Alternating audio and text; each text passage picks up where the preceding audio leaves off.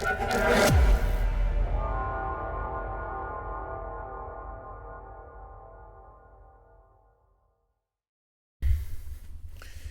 what's good YouTube? I'm back with another reaction video, and we doing why Larry Bird is underrated. This seemed interesting to me. It came up on my screen, so I just clicked on it, say you know what, let me get right into it and react to it and see what this is talking about. So all my videos is just to let y'all know it's always fresh, always new, never seen before. So I just don't want nobody thinking. I'm pretty sure y'all don't think that, but you never know. Somebody could be thinking like, oh, I planned this, and I'm like, no, I never. This is fresh, straight, raw reactions, man. Y'all see and me. But yeah, appreciate all the love and support. Let's keep going up. Let's get into the video. Subscribe if you're new. Hit that like button. Let's get it, man. Go right into it. Let's see what this is here for.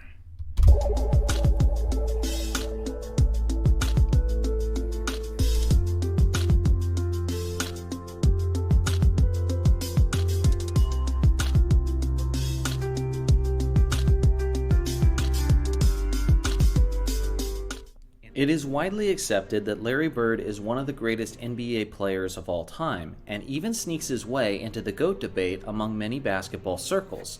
The thing is, I personally rank Larry Bird higher than most people do, as he's currently sitting in the 6th spot on my all-time list, and I even have him ranked slightly ahead of Magic Johnson, which is certainly a more uncommon opinion. I think there's some major misconceptions to Bird. I mean, what do y'all say? Do y'all think Magic is better than Bird? I think Larry's better. Only they probably say that because what? Does Magic have more championships, or Magic always beat Larry Bird one-on-one or something like that? Like, what is that though at the end of the day? Or like stats wise? Like, I never really compared these two as stats. Y'all tell me, man, in the comments. Like, I think Larry is top for me, man. Larry is top for me. I think stat wise, right? I think I remember Magic saying this stat wise. Larry Bird was, I could have sworn, maybe I'm wrong. But y'all let me know in the comments, man. But nah, I don't. He said 6. Who else would he have over him? Who would y'all have over Larry Bird? Like, honestly, who could y'all actually really put over Larry Bird? I don't know. But let's get into it. Bird's game that result in him not getting quite as much credit as I believe he deserves. And by the end of this video, I think that I can convince some of you that Larry Legend is in fact underrated. Before we get into some misconceptions, let's start with what most people already know about Bird, and I'll elaborate upon it. Over his 13-year career, Larry averaged 24.3 points on a stellar 56.4 true shooting percentage.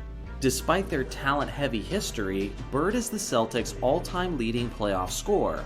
So whether it was in the regular season or the postseason, he was always an efficient and lethal threat. He was obvious. Yo, look at Rodman's hand. Y'all see that? Like, look at Dennis Rodman's hand on him, touching. He's still splashing that. Crazy, bro. Larry is crazy, man. Threat. He was obviously a legendary scorer and an incredibly efficient shooter. Larry is objectively one of the greatest three-point shooters of all time, as he's tied with Craig Hodges for the most three-point contests won in a career with a total of 3. The thing is, Hodges participated in a total of 8 three-point competitions, while Bird only participated in a total of 4. So he literally did the same amount of damage as the other all-time leader in half the amount of time. On top of all of this, you really could make the argument that Bird is the most all-around efficient scorer of NBA history. If that seems like a stretch, then consider this. During some of his prime years, Larry went on a 5-year stretch where he had 50-40-90 percentages. Only 9 players in NBA history have achieved at least one season of 50-40-90 percentages, yet Larry did it over a 5-year stretch while putting up just about 28, 10, and 7 each night. The only player who has come close to that all-around efficiency over such a long period of time is actually Steve Nash. But the thing is, Nash was never primarily a scorer and averaged roughly half. Wow, Stevie Nashy, huh? Damn, okay. That's what's up. I didn't never know that, bro. Never knew that. I'm always learning something with these videos. I never knew Steve Nash. Like, damn. Word, that's what's up. half the amount of points that Larry did during his stretch. To efficiently score that many points on that kind of volume of all-around shot attempts is something that no one else has ever done as well as Larry Bird did. Again, maybe some of you didn't know the extent of how lethal Larry was as an all-around efficient scorer, but I do feel like that's probably the most commonly understood aspect of his game. Now for the misconceptions and the details that definitely make Larry an underrated player. There are a lot of people, especially younger basketball fans, who believe that Larry was a subpar defender. This is incredibly inaccurate, as Bird wasn't just a good defensive player, but a great one. As a 6'9" small forward, he definitely had the size and length to frustrate the offensive opponent. Sure, there is the narrative that Larry was a slow and unathletic player, and thus it affected his defensive play. This is true to a certain extent, but it's also grossly exaggerated. What Larry did have are the most important traits of a great defensive player, which are hustle, heart, intelligence, effort, and availability. Larry was never lacking in any of these areas. He always put in the work, and he was incredible not only at reading the defenses, but also at anticipating them. Larry made 3 NBA All-Defense teams throughout the course of his career, and even finished as high as 3rd overall in the Defensive Player of the Year running in 1983. He wasn't just a solid on-ball and help defender, but he was also a terrific pickpocket, as Larry averaged a fantastic 1.7 steals per game over the course of his 13-year career. His best evening in this area came on February 18, 1985 against the Utah Jazz, when Larry dropped 30 points, 12 rebounds, 10 assists, and 9 steals in only 3 quarters of play. Due to them absolutely destroying the Jazz, Bird didn't play a second of the 4th quarter. To this day, the NBA record for the most steals in a single game is 11. So not only could he have easily been only the 2nd player to ever achieve the quadruple-double, but if Bird had played the 4th, he might have been the record holder for the most steals in a game. You have